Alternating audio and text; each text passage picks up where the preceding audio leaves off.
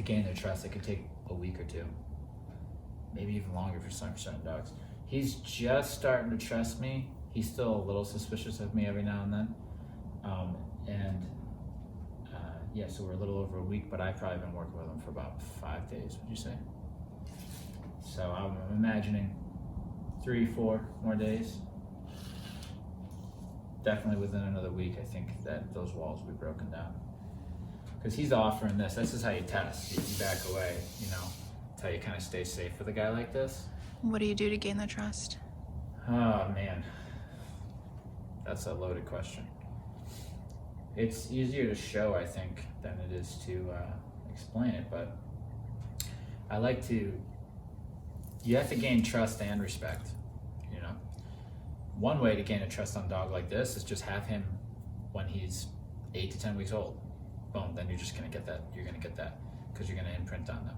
If you enter their lives when they're adults and you haven't met them before, well, now you're going to need to take control of the environment and of their day and lead them from the beginning to the end in a very predictable and fair manner, and they will trust you. Just skeptical of strangers, and when you first meet him, that's what you are, as a stranger. You got to get past that and start working with them pretty instantly.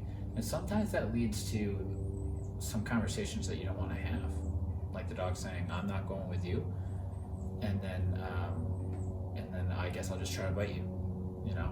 And you have that conversation. You let that come out of their system. Some dogs just got to get that out, and then you move on. And as the days go by, good stuff starts to happen.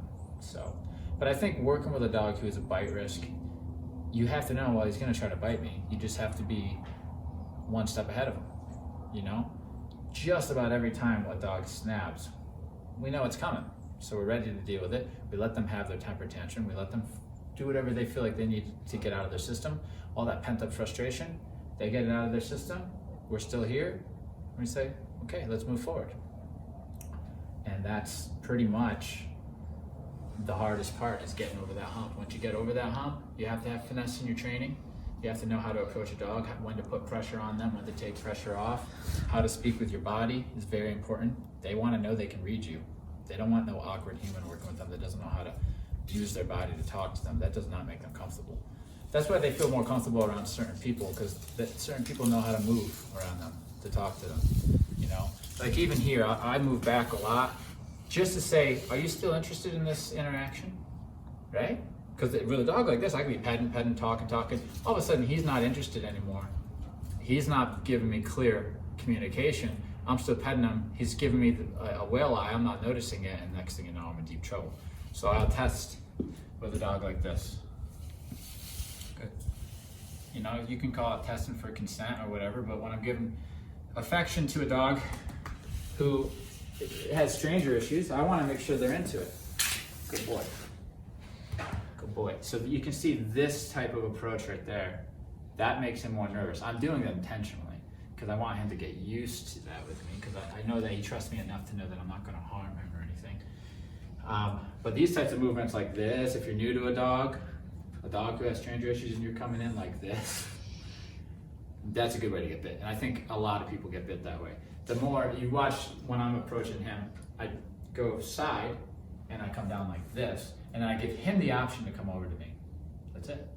And then if he does, you know, I keep my hands low. I start with a little chest, you know, and then I might work my way up here to see how he feels. And that's, you just gotta know how to talk to them. So to gain their trust, you gotta know how to talk to them. But the tricky part that people don't get is, you can get the trust by like feeding them and being the one who's offering them all this resources that they need, to a degree, enough where they might let you feed them and all this stuff, but they're not going to let you necessarily start handling them and telling them what to do. We need the relationship. We're not just like a vet who needs to come in and poke and prod real quick and then never see you again. This guy needs to trust me and respect me to the point where he lets me do the things I need to do, and he does the things that he doesn't want to do, even when just because I ask him to. You can get that with a dog, and that's what makes them special, unlike cats, because cats don't work that way. They're not pack oriented.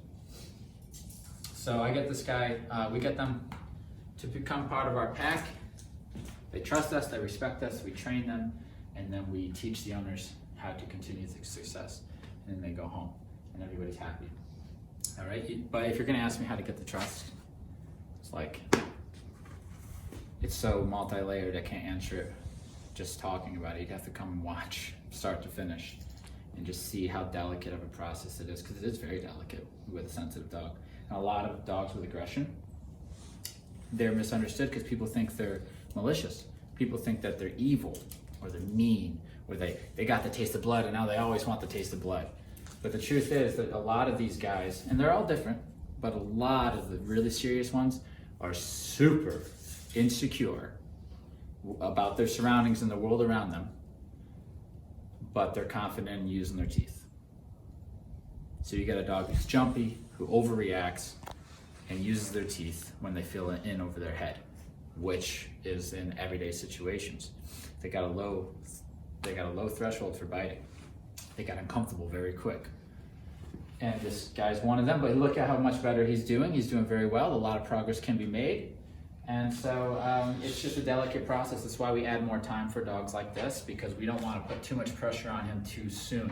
If you notice, Dexter got here a few days before him, and Dexter's already doing down where he's not yet. It's because we're trying to shift our program so that it's a little bit less pressure on him up front, and we can have a longer period of time to teach these things. Because he's feeling good now. Now he's like, oh, I get this. Well, we still got to learn down, right? But if we put everything on him too fast, a sensitive guy, more bites, more explosions, these kinds of things that are just unnecessary. So more time, more success.